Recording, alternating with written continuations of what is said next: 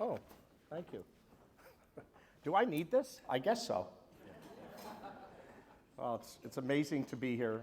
Don't be concerned. I'm just looking at this, but I'm not going to be reading it, so don't worry about that. You know, we started this morning with the Deputy Fire Marshal. It's great to see you, Tim. And and Tim and John Paig are like Batman and Robin. These two are unbelievable. And not only that, but they're very personable. And I really enjoy when I have a chance to speak to both of them. I want to thank Mike here from Toronto Fire, who's kind of educated me on his own path as well. And I want to thank the people that invited us to sit with them. I want to thank John and everybody here at the conference. And I want to talk to you for a few minutes about our government's commitment on our public safety, because I think this message today is so important. Just a couple of days ago, we lost tragically a volunteer firefighter in Blue Water near Bayfield, Ontario, a beautiful part of Ontario. And when I called John Paig after hearing the news, and I told him, I was there. I was in that community with my wife just before COVID. It was one of the last things we did in the fall of 2019. We would go to Stratford, and then, you know, we discovered this little hamlet that was absolutely amazing. There's a beautiful winery nearby. It's on Lake Huron. And when I heard about this tragedy, it really pinpoints how much we need our public safety. And it's been the greatest honor of my life to serve as Solicitor General, which is otherwise known as the Minister responsible for public safety and corrections. In our ministry, in addition to the Office of the Fire Marshal, we have a number of responsibilities: corrections and parole and probation. We oversee the strategy for policing across Ontario, and we're responsible for the OPP. We look after animal welfare. We watch over so many little things about public safety. But what I've learned this morning and sitting at the tables and visiting with you tonight is very important, because there's this thread of public safety that so many people are a part of weaving this fabric. And it's about the police, it's about the firefighters, it's about the correctional, parole, and probation officers. It is about the special constables and the animal welfare inspectors. It's about those amazing 911 call operators. Absolutely. They are unbelievable heroes. But the work that you do is not insignificant. I can tell you, and I said it this morning, and Tim was there, our government's commitment to build 1.5 million homes in the next 10 years is predicated on a simple fact, that Ontario is growing dramatically each and every year. And even though people thought that the economy would slow down, we're still short 300,000 people in jobs that need to be filled. And that means that people are coming into Ontario by the droves. Houses are being built all over Ontario. And people are coming from all over Ontario, all over the world to come here. Ontario looks so much different today because of our diversity. I like to say our diversity is one of our greatest strengths, but it also is an opportunity for us to understand that on public safety, on exactly why you're here, on exactly why I was there this morning, when we talk about that every home, Tim, has to have a fire alarm and a smoke detector. It's because there is this fine line between somebody losing their life if it isn't there. There's this fine line, and it is very fine. We've seen the statistics. The Office of the Fire Marshal gave us the statistics this morning, and we know that. We watch the news in Brampton and Durham and in municipalities all over Ontario. We've had tragedies of people that don't have an operating smoke detector.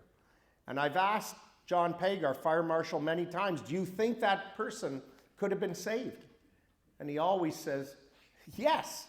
If that fire if the smoke detector was there, if the fire alarm was working, people would have been saved. So for me, what we need to do is to send a message that this is about education, this is about awareness, this is about behavior. We all have a role. That's the thread. That's the weaving of the fabric that we have to do together. And we're not going to stop. I've crisscrossed Ontario, and I can tell you, just as we put on a lot of miles, I'm grateful for my office staff that helps me on this frenetic pace. And I like to say I like stopping the car. Jerry Cieslik, who keeps me safe, and Spencer Banfield, my senior communication advisor who's with me tonight, have been witnessing it. We were in Brantford. I said, Jerry, stop the car. Got to go into the fire hall here. I stopped the car just in the last few weeks in Niagara Falls. We stopped the car in Kingston. We've stopped the car in Vaughan. Wherever we can, big and small, we will stop the car. And by stopping the car and getting out, we get to learn about the communities. I want to give a shout out to the volunteer firefighters. I hope some are in the room tonight. Thank you. And I'll tell you why.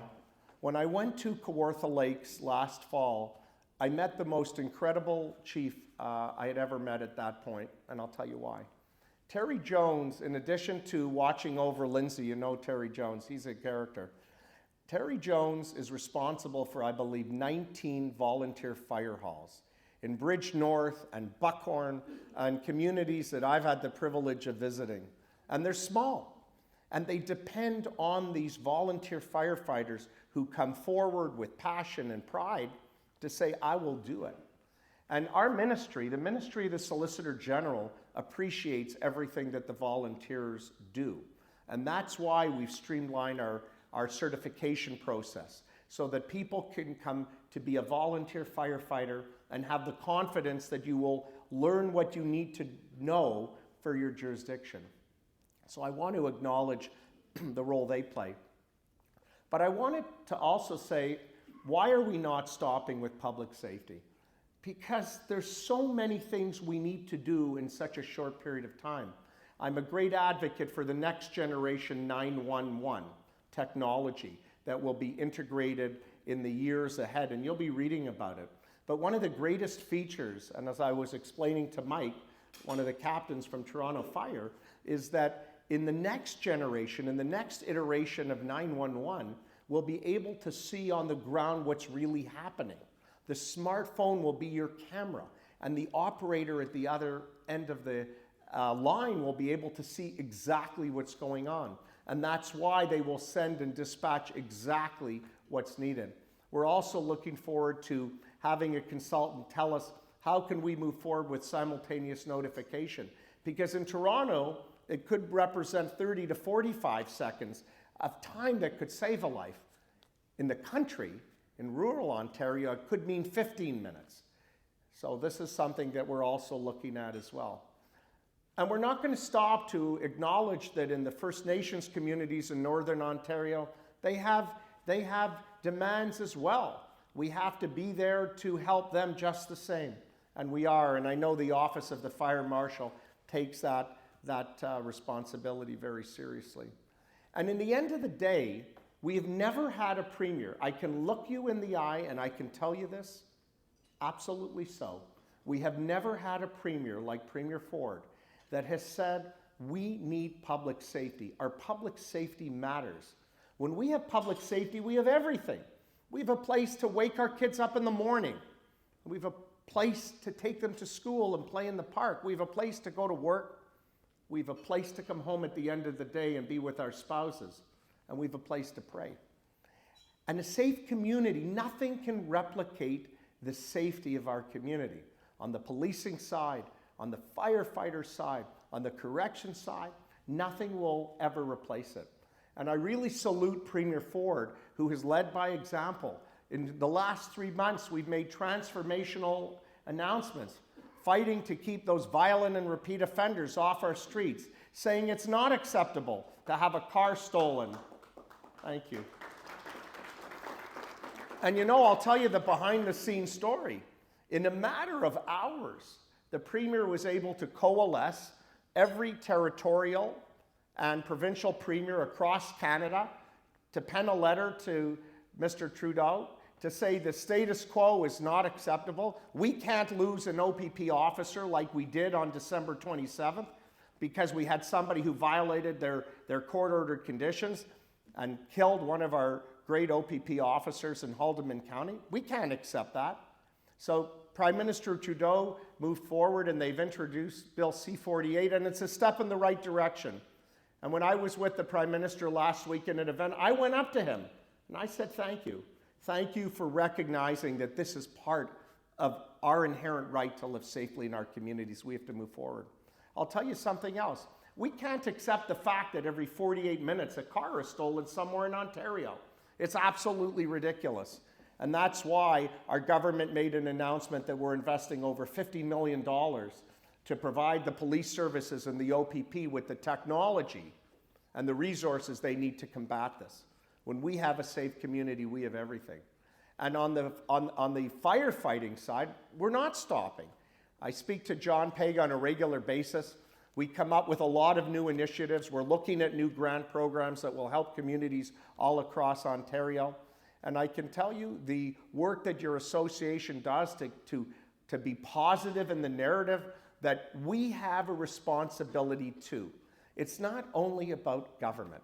And for the people that are coming into Ontario, and for the people who are here, as I said this morning, my own story, I called up our alarm company. I said to my wife, do we know the last time we changed our batteries? And she said, no, I didn't know either. I says, I don't care. Call the alarm company, get them to the house, change every battery in the smoke and fire alarm and carbon monoxide detector. I want to know where we are. Check our fire extinguishers. Even though my youngest is 20 and my oldest is turning 25, let's go through the safety plan, how to exit. Let's go through how you would respond if the alarm went off. We have a responsibility. It's not just you, and it's not just the government. It's not just the firefighters and the police. It's not just the EMS. So through this partnership, weaving this thread to create this fabric, I am eternally optimistic. With a government led by Premier Ford, we are on the right track. Our public safety matters. We're not going to stop. It's a great pleasure to be here, and thank you so kindly.